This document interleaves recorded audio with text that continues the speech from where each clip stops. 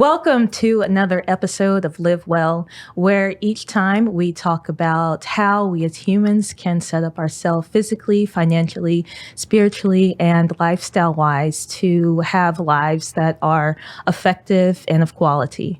Today, I am so privileged to have with me a professional and one of the lead coaches and consultants in the business professional field, Miss Dion Rashad, the CEO of KDML Solutions. Thank you for having us. Thank you. I'm glad to be here. Thank you so much for the invitation. I really do appreciate it. Of course, thank you. So give us a little bit of an idea of just who you are and what you do. All right, well, cool beans. So, of course, you said my name is Dion Rashad, and I am the CEO of KDMJ Solutions. And what we do there is provide contracting services to government as well as corporate entities, but we also provide professional coaching for those individuals that may need it, as well as customized training to get people going. So let me provide to you an example. For example, there was a person who was on my team, and she had just gotten with my team. And I asked that individual to go out and find the next job role that she wanted to take. A lot of leaders these days do not take someone's existing skills, identify what they want to do next, and be able to integrate that into their current role so that when they're ready to apply out for a different job or a higher paying job, now they're ready. Mm-hmm. If you are a leader who's taken that opportunity to grow that individual. Mm-hmm. So here at KDMJ Solutions, whenever we are coaching individuals, we strive to allow people to grow in the direction that they want to grow in, but also help them to gain the skills that are necessary. That's wonderful. And what made you passionate about that? What made you want to go into that field? Well, it's something that I've always done, whether I did it with the company that I was with, but, I decided to take a leap and to go ahead and start to do it completely on my own. That's wonderful. Dion knows a little bit about me and my backstory, and I also, in the process of taking a leap. So I can definitely attest to that. What's something that, if you could say was your premier product or promotion or service, something that you really stand behind as your strength? Outside of, working directly with government entities as well as corporate companies, I would have to say a very, very strong point of mine would be the professional coaching piece. A lot of people don't realize just how much a professional coach can really and truly help them along. Having someone to not only have the experience, but to be able to help you to grow and develop professionally. We don't see a lot of that in corporate offices. So I try to make sure that service is definitely available to whomever may need it. That is so true. And kind of piggybacking off of that, the professional coaching as it relates to resumes, as it relates to showing up for interviews, as it relates for just your presentation when you're going into somewhere. Mm-hmm. Can you speak on how important that is to be prepared? Oh my gosh, that's definitely very important. I'm actually getting ready to provide a class to people that are 50 plus going back into the workplace. And that's some of the things in which we actually cover how to write your resume, and what I found very valuable for those individuals was to perform mock interviews for them as well, practicing what your answer is going to be before you have to actually provide it live. One of the other things in which I offer to that group and to other folks is explaining your gap of employment. Now, we know that layoffs are happening these days pretty rampant, but being able to explain why I'm off, regardless of whatever the reason may be, being able to explain that to people is very important. I actually just finished an ebook that talks about... Tell us more. It talks about bridging the gap, and it provides people 101 different ways to explain why they were out of work and, placing a positive spin on, why they're wanting to return back to work. Wow. And with this ebook coming out, when can we expect a drop on that? The ebook will be dropping in the month of March. Okay. I will say that I do have a wait list, at dionrashad.com. You can go in and look under products and just be able to get yourself added to the ebook. For anybody who's getting the ebook right now, if you're on the waiting list, you're going to get it at a discounted price opposed to anybody else. Oh, that's wonderful. But we definitely got to get that information. And then how do you juggle just being a mom, being a wife, being an entrepreneur, starting a business, just all of these amazing things that you're doing, and so flawlessly, I may add.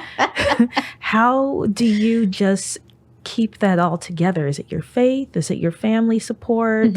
It's a combination of all, but I definitely have to say my faith first. You know, just knowing who I am as a woman of God and being able to know how I balance everything to make sure, that I give my husband the right attention. I give the boys the right attention, and then everything else that happens in life. It's just a balance. So, I'm grateful for being able to have such a balance. Amen. I love that. What is one thing that you aspire to accomplish in the next 1 to 3 years as a new venture for your business? If I'm very transparent about it, I want to grow the business to a point to where I can actually hand it off to the boys. I love that. I love legacy. A legacy. Yeah. That's what I want to do with it. I love that. I love that.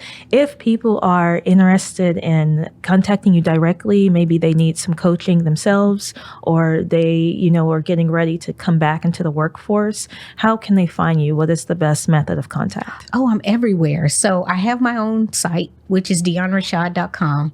All of my contact information's there.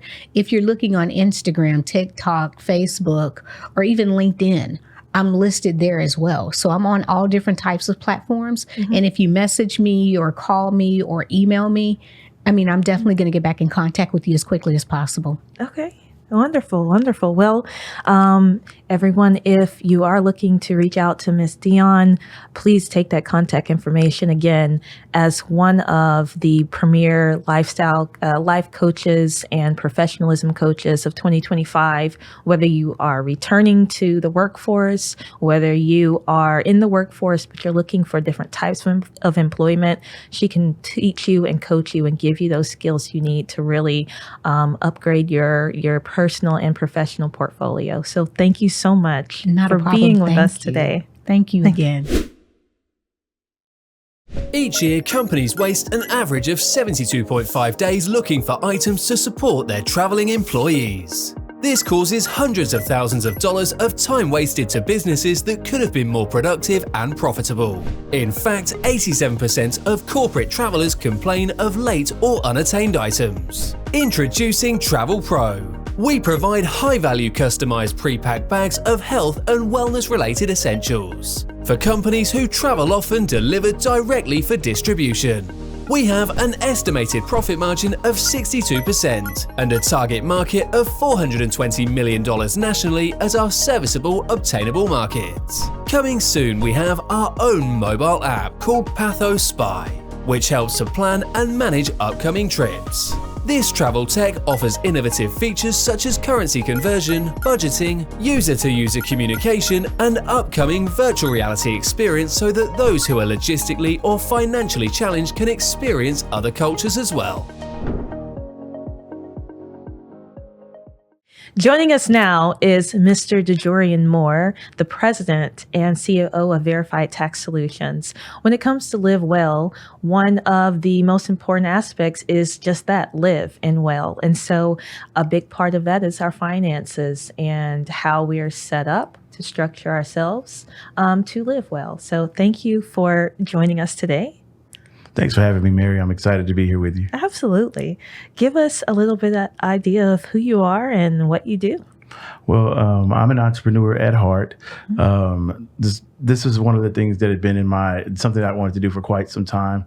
It just always seemed like something that was attractive. I'm a numbers person, kind of a Virgo thing, if you will. I'm a Virgo too. Exactly. So got involved in this space about 12 years ago, and the company took on a life of its own. And even since then, because we were initially just tax prep, we've expanded to resolution and financial coaching, wealth management, just all things that have to do with taxes and finance. And so it's allowed us to be able to serve a great many people. That's wonderful. That's wonderful. And tell us some of the things, some of the top issues that you see when you are assisting others that are filing their taxes. You always hear about some people that struggle or that maybe they filed the incorrect form. What are some of the things you see and some of the advice that you can offer? Well, I see a lot.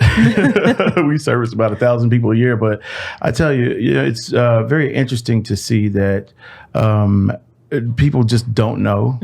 And I guess let me give you this example, like pulling out of your 401k. That's a retirement investment vehicle. And so it's not a right now situation. And I do not recommend people do that because that's a taxable event and most people don't know that. And so what happens is one would pull out of their 401k whatever amount of money. And then the next year they get what's called a 1099-R that has to be reported as income. So we're thinking, okay, I'm going to fix this problem that I'm having or whatever the case may be. Whatever reason you're pulling it out, depending on if there's an exception for that or not, you're going to trigger a taxable event, which means that they are looking at that as income. And that is anywhere, depending on what your age is, you're going to be looking at a 20% tax and a 10% penalty if you're under the age where that's, realistic to be okay to withdraw without that penalty. So a lot of implications. The tax, a lot of people want to do their own taxes. That's not something that I recommend at all. They offer, a lot of training in this space, whether you're going to get it from other CPAs, you're going to pursue a degree. If this is not something that one is well versed in, then I don't recommend they do their own at all. I've seen people leave so much money on the table, even as late as yesterday. One of the other accountants in my office was working with a client and was looking at some of the back taxes where they only got a $900 refund, and saw several opportunities in that space, in reviewing that file where they could get $5,000 or $6,000. And that's because they were doing it themselves. And so where they're looking at what the output may be, which is usually taken from the refund, depending on where you go, of what it would cost. What would somebody pay to get another, to have almost a $7,000 refund, because they did not know what they were doing. It costs people, exponentially, over time even. The other thing is under withholding, not paying it enough to the IRS. Right. That will get you in a lot of trouble, and a lot of people go exempt. Not a good thing unless you earn less than the standard deduction. That means they're not taking any taxes out of your paycheck. And so it leads you down a road of terrible financial destruction if you don't get that handled quickly, because here again, the IRS is expecting for those payments to be made on the income that you're earning. And if they're not taking it out, then you're going to have a big tax debt at the end of the year. Wow. Yeah, that is so important for people to find an individual who can help them with that. Because like you said, I think the average person doesn't realize most of those points, and they end up finding themselves in some type of trouble or getting less than they could have, gotten back on the return. That is so interesting. How does tax relate, in your opinion, to just the overall concept of financial literacy, credit, and how people approach their finances in general?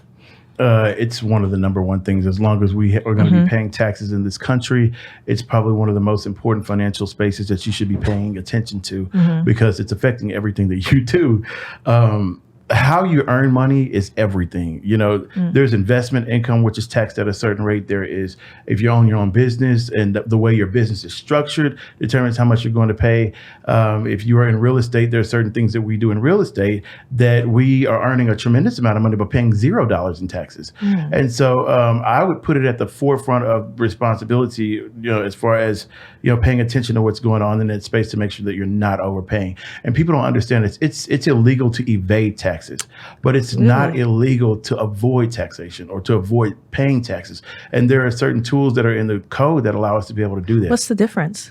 Well, tax evasion would be like, okay, you have these people that are called protesters. Like they don't think it's constitutional and la-di-da, the things that go with that. But, whether you think it's constitutional or not, it's law. And so until it's changed or eradicated or done away with, we got to do what we have to do. And so that's why I say going to a professional is the best thing to do. Wow. Did I answer your question? Yes, I believe so. I just was going to piggyback or going to ask also on just some of the other implications of how people approach finances in general and how it relates to a credit score, and then other ways that they can set up their retirement. So you mentioned 401k. I don't know if you mentioned Roth IRA, UILs, but there's so many other ways that people can be setting themselves up that they're not aware of. Absolutely. If one is a type of individual where they are, venturing into their 401k, that's definitely not the investment vehicle that you want to use to get you out of an emergency or put a little bit of extra cash or padding in your checking account. I would use an IUL, Index Universal Life Insurance policy.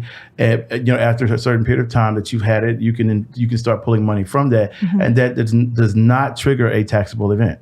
And so it's literally a loan against the policy. And if you decide you're going to pay it back, great. If not, then that's something you have to deal with, but that's okay too.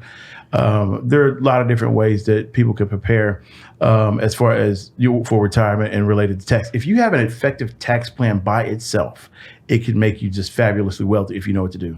Really? But yeah, and I see so many people, they just, even as much as seeing people earn six figures go exempt, and then they have a $30,000 or $40,000 liability. Also, another thing that can impact it is, we call it the healthcare marketplace, where people are getting, or Obamacare is what people lovingly call it, the Affordable Care Act. When people go in and get those policies, there are certain things that you're responsible for, like if you have an increase in income or family size, or you move to a different area, those things are taken into consideration when they're giving you a rate. And I'll give you an example of how that's affected somebody in a negative way. It's good to have insurance, but it's bad to have insurance. It's going to make you pay a whole lot of money. And so we had a gentleman one year, he was a six-figure earner and lost his job and was on went through the Affordable Care Act or the healthcare marketplace to be able to get his insurance. When he found a new job, he did not update, the government or the marketplace that, hey, I've got gainful employment again, really around the same level or better than what I had.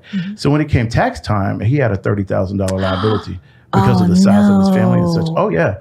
So I would suggest that, when people are looking or interested in wanting to make a move financially and you don't know if there are any tax implications, call your preparer, call your accountant, call whoever that person is that handles or helps you with your finances, because there's a lot of things that we can steer you away from that could be, result in financial challenges.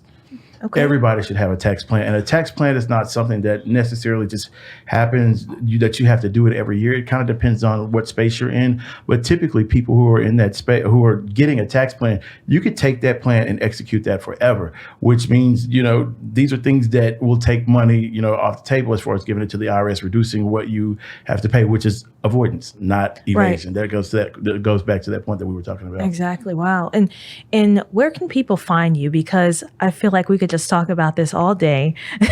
Obviously, very knowledgeable. Thank you. But where can people find you if they themselves, it's tax season, so get your taxes done. Yeah, definitely. By this guy.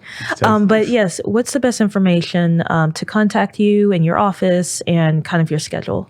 Well, we're at 4101 McEwen Road, and that's Dallas, Texas, 75244, Suite 675. So it's on the sixth floor. A lot of people ask, what floor is it on? It's the sixth floor. But also I'm on Instagram under Dejorian. You can't miss it. DEJORIAN. Connect with me through that, or even Facebook is okay. I don't check it very often. And I don't answer the phone very much during tax season at all. It's best to text. So my information is posted all over the place there. Okay. All right. Perfect. VerifiedTaxServices.com. It's cool too. All right. Well, thank you so much for joining us. Thanks for having me. And I look forward to, getting my own taxes done with you, because I'm not going anywhere else. I'm using the expert here. Happy to help. Thanks so much. Thank you so much. You too. Have a great day. Up next, we have a real treat, another fellow colleague in the healthcare field as myself.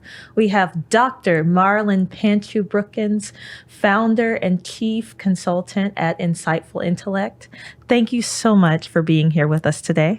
Oh, thank you so much, Mary. It's an honor to be here. Yes, thank you. Tell us a little bit about just what you do over at Insightful Intellect and what interested you into going into the healthcare field. Yes, so I've always loved science. I'll just start with that. So my background is in biochemistry and cancer biology. I did that. I worked as an educator, and then I moved into clinical research. And then I lost a friend to breast cancer. And I began thinking, we're in clinical research, we're getting all that new drugs, all that new medical advancement, and people are dying. And I'm like, why? It's taken 10 to 15 years to get a drug to market. Yeah. And I'm like, there needs to be some urgency. What's the holdup? It's enrollment. And really, that's how I came up with Insightful Intellect and decided to focus on accelerating diverse enrollment, making sure that treatments reflect the population that is going to use it, as well as raising awareness for clinical trials and the benefits that it provides to everyday people.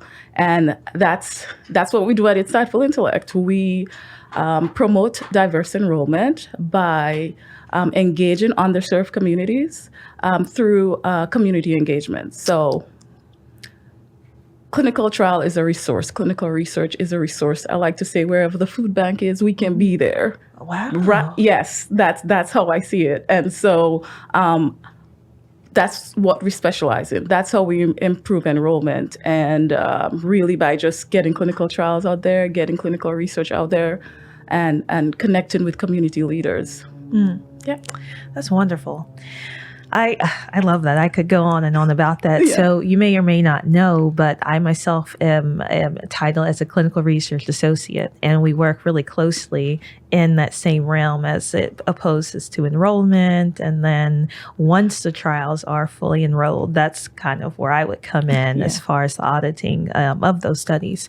Can you tell us a little bit about, historically speaking, clinical trials and clinical research has not always been looked at favorably as to some of those maybe minority communities. What comes to mind is the Tuskegee experiments, the Nuremberg trials in Germany, and most recently we're coming out of the pandemic. So can you just speak to maybe some of the opinions of the people who may have fears and how you address those? Yes. History, we have to pay attention to history. So the Absolutely. first thing I always say is acknowledgement. So I acknowledge that, yes, they did things to us and to people that were not right, that were not ethical. And I reiterate all the rules, the IRB, the Belmont Report, all the GCP, things that are established, right? So that we don't repeat that again. And then I come down to literally, you use the Tylenol, right? If you have a headache, Tylenol, Advil, ibuprofen, we'll take it, right?